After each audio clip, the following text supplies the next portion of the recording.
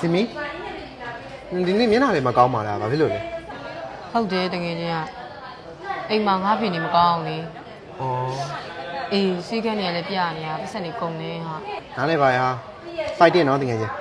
အလုပ်စရာလေးရှိတော့အားလုပ်လာမှာနော် အေးတကယ်ချင်း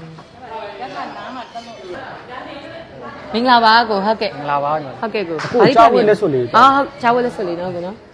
အခုဒီဒီဇိုင်းလေးတွေရှိမယ်ကိုဒီဒီဇိုင်းလေးရှိမယ်ပုံစံလေးကတော့အုပ်ပုံလေးပေါ့ဟုတ်အခုဒီလက်စွပ်လေးအခုကြိုက်တာဝတ်ကြည့်ပါအောင်ကိုဟုတ်ကဲ့ ဒါလေးသဘောကျတယ်ဒါလေး ဟုတ်ကဲ့ဟုတ်ကဲ့ပါကိုဟုတ်ကဲ့ဒါလေးရာစီမျိုး veggie စိမ့်နဲ့လုပ်ပေးထားတာဖြစ်တဲ့ကြောင့်မို့အရန်ကြံနေအလင်းရလဲစီယိုရတတ်ပါလေဟုတ်ကဲ့ကိုအစီမရလုပ်ပေးလိုက်မယ်နော်ဟုတ်ကဲ့ပါရှော့ပေးဦးနော်ဟုတ်ကဲ့ပါကျေးဇူးပါကိုဟုတ်ကဲ့ရှင့် စီမီ